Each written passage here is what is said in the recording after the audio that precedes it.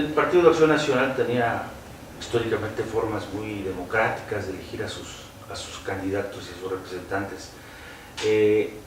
Digamos, en ese proceso, cuando empieza a tomar posiciones de poder, empiezan a cambiar esa historia. En el caso de Veracruz, ¿cómo lo observas ahora? Es decir, un poco en lo que dice Eduardo, pues el gobernador tiene la clara intención de dejar a su hijo como candidato, primero como candidato a gobernador, y ya tiene al otro casi gobernando Veracruz. Sí, bueno, hay un fenómeno que es incluso internacional, ¿no? Uno le ha llamado la cartelización de los partidos, ¿no? O sea, ya se están volviendo cada vez pequeñas camarillas verticales, ¿no? Que primero no toman en cuenta a sus propios afiliados, a sus propios miembros. Casi normalmente, si lo vemos, y está pasando en todos los partidos, antes era exclusivo del PRI, pero ahora en el PRD, en Morena, en el PAN, es una pequeña élite o a veces una persona la que decide quiénes son los candidatos, y ya las bases de los partidos, la membresía cuenta muy poco, cada vez menos, y ya no se diga los vínculos de esas bases con la sociedad. Entonces es un fenómeno que ha venido pasando también en el PAN, sobre todo conforme se volvió gobierno, ¿no?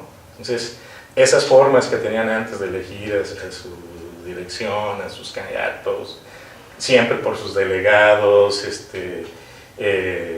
inmediatamente reconociendo el triunfo quien perdía, con segunda vuelta incluso, que tenían, se ha perdido, pero se ha perdido en todos los partidos.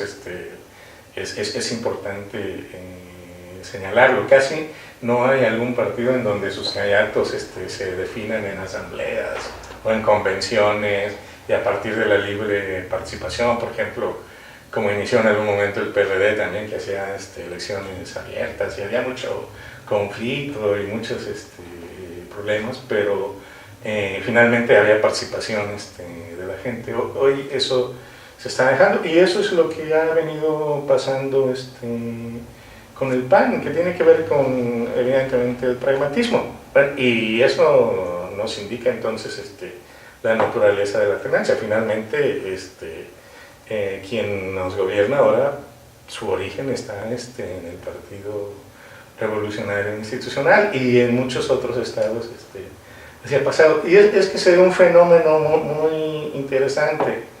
Esto debemos analizarlo en la escala nacional y eso también nos lleva a acotar las dimensiones de la transición y la alternancia a nivel nacional. O sea, curiosamente la alternancia a nivel nacional consolidó los autoritarismos locales, ¿sí? Porque como no tenían mayoría los presidentes del PAN, requirieron negociar siempre con los gobernadores, con las bancadas legislativas federales que casi siempre estaban comandadas por los gobernadores, y entonces eso les dio a los gobernadores mucha fuerza, ¿no? O sea, se volvieron localmente en los estados donde no había habido alternancia, uno de los cuales era Veracruz, se volvieron mucho más autoritarios, ¿no?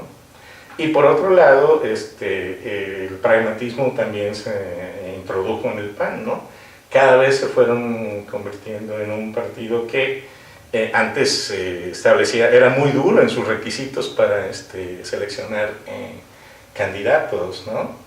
Y sin embargo, después cada vez fue siendo más laxo, más abierto, hasta tal punto que está en muchos estados, tanto el PAN como los otros partidos están capturados por las élites políticas de siempre. Entonces, hay alternancia formalmente por los partidos, pero en los hechos hay una élite política que se mantiene, ¿sí? Que conserva el poder, o que hay una circulación de las élites, pero siempre en una capa. E incluso ellos participan a veces las familias participan en uno o más partidos. Pues hay que decir, es un fenómeno que se viene dando de hace algunos años acá, ¿no? Empezó, por ejemplo, con el gobernador de Tlaxcala, que era del PRD, que quería heredar la gobernatura a su Anaya. esposa, así es, Anaya, ¿no? Y lo veíamos igual, por ejemplo, Amalia García, cuando era gobernadora de Zacatecas, quería que su hija fuera gobernadora y era una personalidad de izquierda, El ¿no? actual es Felipe Calderón, pretendo dejar a... Entonces de repente como que se ha vuelto muy natural ya que las familias quieran gobernar en Coahuila, los Moreira, ¿no? Le dejan el cargo al hermano y todavía se pelean entre ellos. Esto es un fenómeno que se está generalizando, no es exclusivo de Veracruz, y es grave, o sea, que naturalicemos ese tipo de sucesión del poder en el que la misma familia se mantiene, ¿no? Eduardo, la alternancia en Veracruz, visto desde la forma que lo plantea Víctor, está pasando de unos gobiernos de élites políticas, en el caso que estamos viendo con actual coalición PAN-PRD, un gobierno de familias. La intención aparentemente es que se constituya, digamos, es poco republicano lo que pretende hacer el gobierno de Miguel Ángel Yunes, pero finalmente esa es la transición, esa es la alternancia en Veracruz. Genaro Borrego Estrada acuñó el concepto del feudalismo, que me parece muy importante mencionarlo por lo que dijo Víctor. La alternancia del PAN en la presidencia de la República, hay que ser claros, tuvo la presidencia pero no tuvo el poder político en los 12 años. ¿Qué permitió? ¿Qué permisivo fue el PAN? Pues que los gobernadores y los municipios se endeudaran como están teniendo hoy esos graves problemas estructurales en la economía en todos los estados. Cuando gobernaba el PRI había una rigidez de que no podías endeudarte como se endeudaron todos. Y yo observaré una segunda característica de lo que también está diciendo Víctor.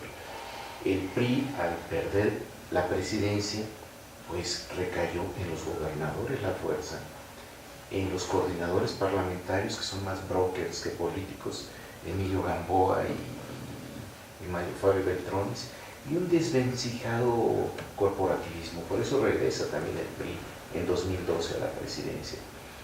Pero esto en los modelos teóricos, pues liberalización lo vivió primero Veracruz, alternancia, pero es una alternancia efectivamente más familiar el que se está produciendo en Veracruz. Y esto, ¿por qué? Uno, Víctor lo apunta claramente, por ejemplo, el PAN en 1976, cuando eran 3 rondas para elegir candidato a la presidencia, no pudieron elegir y se fueron sin candidato. Cuando José López Portillo sacó el 94% de la votación, fue candidato único. Fue el candidato del PRI, del PAR y del PPS, ¿no? Que eran como los partidos satélites. Pero hoy, en esta alternancia, yo diría, por ejemplo, la diferencia entre la clase política de los 80s, 90s, cuando nace el PRD, que tenían un proyecto de país, rompen con el PRI, y era la disputa por la nación de Rolando Cordero y Carlos Tello. Pero hoy, como dice Víctor, la alternancia, por eso es un masacote lo que propone tanto el PAN como el PRD, solamente es cómo nos vamos a repartir los puestos. ¿Quién va de candidato a la presidencia de la República y quién va a la jefatura de gobierno? Ese parece ser el dilema del PRD con el PAN. Dejaron de ser partidos de oposición. Y hoy que te plantean hacer una coalición, pues es bicéfala, ¿no? En contra del PRI y en contra de Morena.